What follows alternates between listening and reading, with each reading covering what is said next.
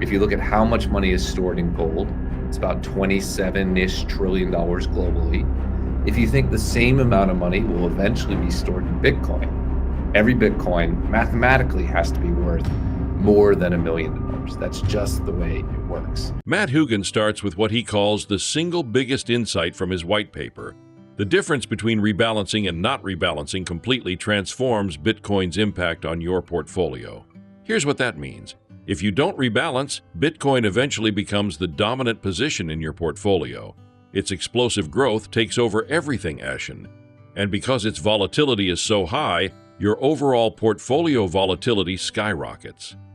But if you do rebalance, whether quarterly, annually, monthly, or based on tolerance bands, something surprising happens. You constrain Bitcoin's volatility, you stop it from taking over the portfolio, and your portfolio becomes no more volatile than it was before adding Bitcoin. Please take a little time to like this video, subscribe to the channel, and turn on post notifications for more videos like this. You can also check out our other videos on cryptocurrencies and the overall digital asset space and drop your comments and observations in the comments section below. Everything you do helps with the YouTube algorithm and immensely contributes to the channel's growth. Thanks and enjoy the video. Biggest difference was between rebalancing and not. If you didn't rebalance, Bitcoin eventually becomes the dominant force in your portfolio and the volatility spikes sky high. If you rebalance, whether it's annually, quarterly, monthly, or on a tolerance basis, it constrains the volatility such that the portfolio is actually not much more volatile than when you didn't have Bitcoin. And the reason for that, of course, is though Bitcoin is volatile, it's not historically correlated to stocks and bonds. So when you add it into a portfolio and rebalance, you can harvest some of that volatility and you don't boost the overall volatility. What we found, and this is with what most clients do, is something like quarterly is the sweet spot where you really constrain the vol and you get a sharp increase in your Sharpe ratio. But the biggest difference by far is between not rebalancing and rebalancing. One core finding of the white paper is that you should treat Bitcoin a lot like you treat every other asset, which seems obvious, but many people think of it as this exotic thing. What would you do with stocks or bonds? You would rebalance them. How often? Depends on your practice. Quarterly, biannually, annually. The most important thing is you have a rebalancing tolerance, and that is true in crypto as well. You just know there's only 21 million Bitcoin. That's all there will ever be. And the world has decided that this is a high quality store of value asset. And so the more people who want that, the price has to go up, right? I mean, that's the core thesis behind Bitcoin's price going up. If you look at how much money is stored in gold, it's about $27-ish trillion globally.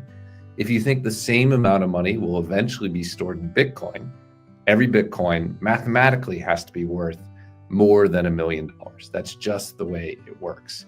And of course, the other things you mentioned, like the network, is important. The more people who exist in the Bitcoin ecosystem, the more liquidity there is, the more volatility is dampened down.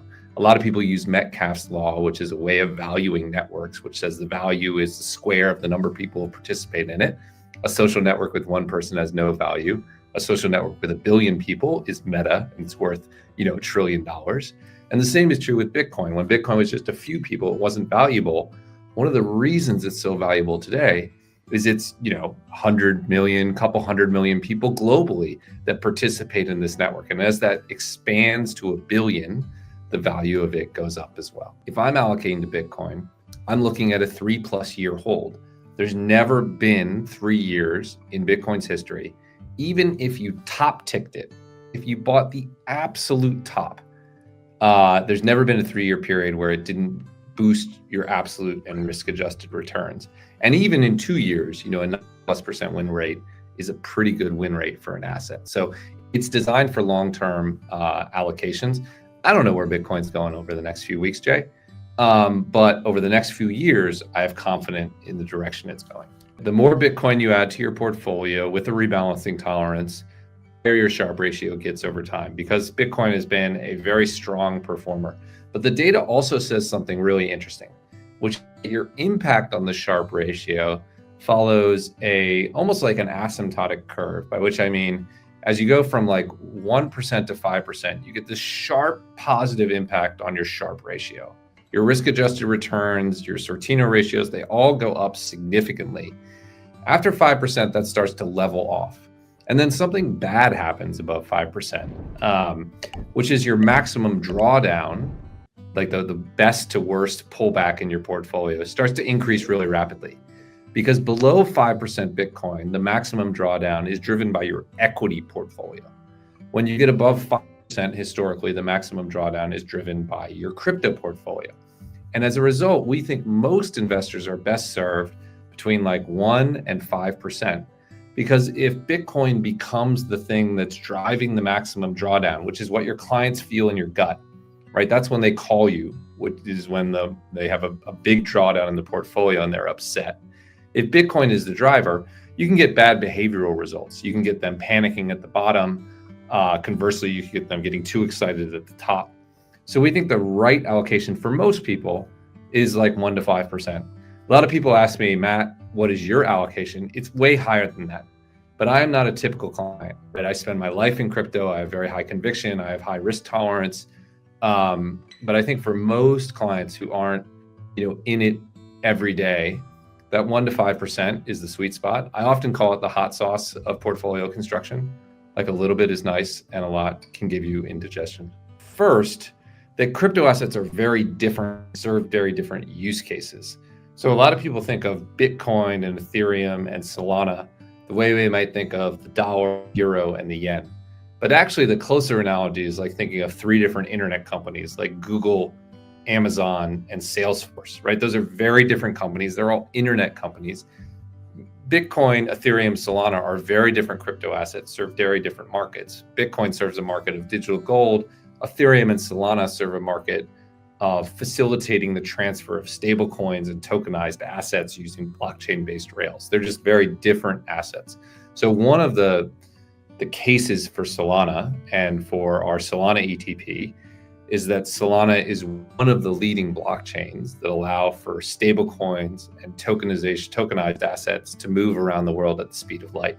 And so if you want exposure to the growth of stable coins and tokenization, assets like Ethereum, assets like Solana are the leading assets in those markets. In the case of our ETP, you get this extra benefit, which is it's a staking ETP. That means when it owns Solana, it stakes those to validate transactions on the Solana network. And for that, we accrue an extra fee that the current market levels is somewhere around 7% a year. So in addition to the core return of Solana, you're also getting that staking income on top of it, which many people find attractive. So a stable tokenization play with staking, all for a fee of 20 basis points, is a pretty attractive package for a lot of people. Hougan explains a future scenario where Bitcoin plays a role in international commerce. The world is moving toward a multipolar currency environment. More nations are politically weaponizing currencies. 2 opposing nations may not agree on whose currency to use. Gold is too slow and cumbersome. Bitcoin is fast, digital, neutral, and globally accessible. This is a major potential utility, and none of it is priced into Bitcoin today. Hougan explains the natural progression of every monetary asset, store of value, means of exchange, unit of account. Bitcoin is still in stage 1, store of value, just like gold, and gold reaches $27 trillion in market value without being used at McDonald's. So the current utility is what I mentioned earlier. It's that service. It's the ability to store wealth in a digital format without a government or a bank. That is just a service that people want. And some people listening may not want that, but I want that. I want to be able to store wealth in a digital format without a government or a bank. Historically, we've done that in gold, which is a physical format, but the world is increasingly digital, and it's nice to be able to move your money at the speed of light. It's nice to be able to store it personally instead of relying on a bank. And Bitcoin provides that service. So that's its current utility. I think it does have future utility in a more payments-oriented role. Where I think that utility comes is, look, we're moving to a multipolar world. We used to be in a dollar-based world. We're now in a dollar, yuan, ruble, yen. There are more currencies that are relevant. You're seeing countries politicize those currencies. I think it's very possible at some point in the future, countries and entities will want to interact with a non-political currency. They just won't want a currency that a government might devalue for domestic reasons, or increase the value of for domestic reasons, or seize or monetize. They may want a neutral asset. And Bitcoin is actually the only asset that can fulfill that. So as its volatility comes down, which it's been coming down, I think you'll start to see it pick up the second utility, which is facilitating international trade when people want a non-political option. And I think that's a big market too, and it's not priced into the price at all. The thing about disruptive technologies that you have to remember is they have to be, 10x better than something else in order to change that use, or they have to serve a new use case that's not served by the existing format. For you and I operating on a daily basis in the US, buying our steak and shake, dollars are great, right? Like dollars are easy to use. There's no tax. You don't have to file a report with the IRS at the end of the year that said you bought a burger. Like that's a crazy idea. So that's not where the use case will evolve. But imagine you're two countries that dislike each other. Imagine you're the US and you pick your country that you need to do business with. And you can't agree on which currency to use. There currently isn't really a solution. You've seen people sort of experiment with using gold for those use cases, but gold is hard to move. You need to fly it in airplanes or ship it on boats. Bitcoin is just a better solution in that world. Now, there's no guarantee that that market is enormous. I'm not saying it's enormous, but that's where you're going to start to see real world utility built in. You and I come from sort of an ETF background. And in the early days of ETFs, their first uses weren't by investors.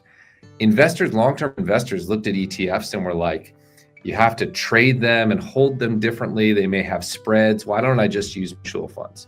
But mutual funds didn't serve one use case, which was institutional traders who needed intraday liquidity for owning the S&P 500. Previously, they had to buy 500 stocks. Now they could buy SPY. And it was just a new thing that mutual funds couldn't do. So if we zoomed back to 1993, we'd be looking at ETFs at an investment perspective and saying they trade at wide spreads. Why wouldn't I just buy a Vanguard institutional class mutual fund that's cheaper? They'll never catch on. What we missed is they served this new use case. And as that use case grew, they became more and more efficient and more accepted. My long-term view of Bitcoin as a monetary asset is it will find traction in these niche areas that aren't served at all by the existing system, particularly the need for a non-political currency that can move around the world at the speed of light. And then 5-10 years later, could they be used more for domestic payments? Maybe, I don't know, but that's not core to my use case. You can get Bitcoin well north of $1 million before you ever use it at Steak and Shake. Again, gold is a $27 trillion asset. When's the last time you bought French fries with gold? I've never done it, and yet here we are. There are many ways to tackle this, but if you look at the history of monetary assets, they typically emerge first as a store of value, right? Because they have to sort of establish a reason for being before they can move on to be a means of payment or a unit of account, which is typically the other major use cases for money. A way to think of it with Bitcoin in particular is like, imagine using Bitcoin today to go to Steak and Shake. It's not easy, it's imperfect, but it's not impossible. Like Bitcoin apps are pretty easy to use. The market is extremely liquid. Steak and Shake can convert its Bitcoin to dollars very easily. There's a regulatory framework, etc. So we're like closer to that. Now go back to 15 years ago when Bitcoin was first created. You basically needed to mine your own Bitcoin. There was nowhere to buy it. You couldn't trade it for dollars in any liquid format. There was no regulation. It was impossible. Bitcoin couldn't have emerged into the world as a means of payment. Like it has to go through this process of accumulating value. It has to go through the process of volatility coming down. It has to go to the process of liquidity increasing and acceptance increasing. And it's been on that journey, right? Volatility has fallen more than 70% over the last 15 years. Liquidity is up an infinite amount. It's now a $2 trillion asset. You can start to talk about settling international trades in it. So it's on this journey from store of value down towards means of payment. And there's no way to ask it to like emerge in the world fully formed. A similar point on that, Jay, is people always say, isn't Bitcoin too volatile? Well, sure, it's more volatile than gold. But again, it's asking too much for it just to like pop on the scene and be instantly accepted everywhere and not volatile at all. It has to go on this journey where it gets more valuable, less volatile, and more liquid in order to get to the point where it has similar volatility to gold. Like, that's the only reasonable way. And there's no way of looking at the last 15 years of Bitcoin and saying, so far, it's on that path. Doesn't mean it will stay on that path, but so far it's been following the only pathway possible to being a $30 trillion asset with limited volatility and eventually a means of payment. It's just, you can't imagine it goes from 0 to 100. It has to go to 1, 2, 3, 4, 5. Matt Hougan's framework gives us one of the clearest, most grounded explanations of Bitcoin's role in modern portfolio construction. Rebalancing is essential. 1 to 5% allocation is optimal for most investors. Bitcoin behaves like a monetary network governed by Metcalfe's law. Demand continues rising as supply stays fixed. Bitcoin's long-term path is driven by mathematical network and macroeconomic realities. Ethereum and Solana serve entirely different markets. The crypto ecosystem resembles early internet industries, not competing currencies. And most importantly, Bitcoin is following the only possible path from niche technology to a global monetary asset, increasing liquidity, decreasing volatility, and growing adoption. The long-term outlook remains powerful.